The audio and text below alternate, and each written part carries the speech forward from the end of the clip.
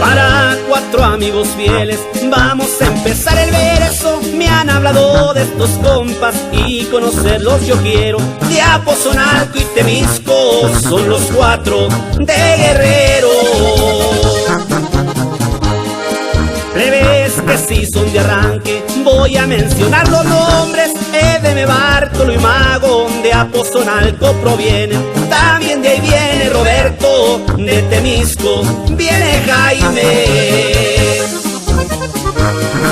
A los Estados Unidos se trasladaron los compas. Leola, Pueblito querido, en el estado de Arkansas el trabajo no les falta. A Diosito le dan gracias. Y saludos mi compa para toda la raza de los Bartolos y la raza de los Juárez de Temisco.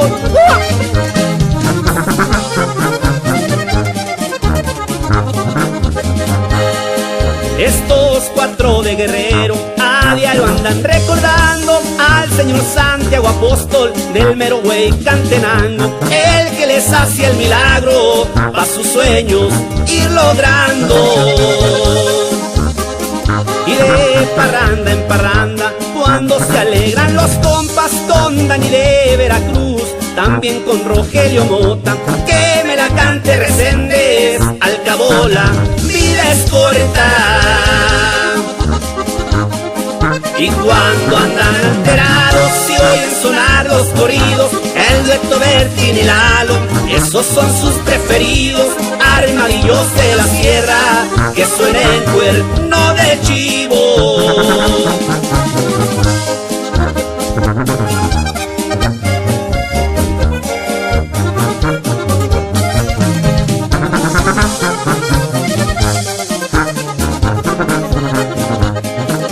Arriba todas esas sierras de Veracruz y Guerrero, pura cosecha nocturna y colitas de borrego. Mi gente no se me raje si es que andan ya en el cerro.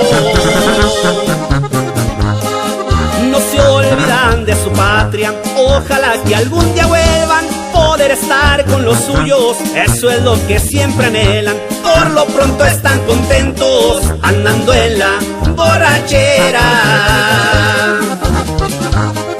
Aquí me voy despidiendo, porque ya me voy a verlos. Ya me están haciendo señas y enojados no los quiero. Y aquí les dejo el corrido de los 4 de Guerrero.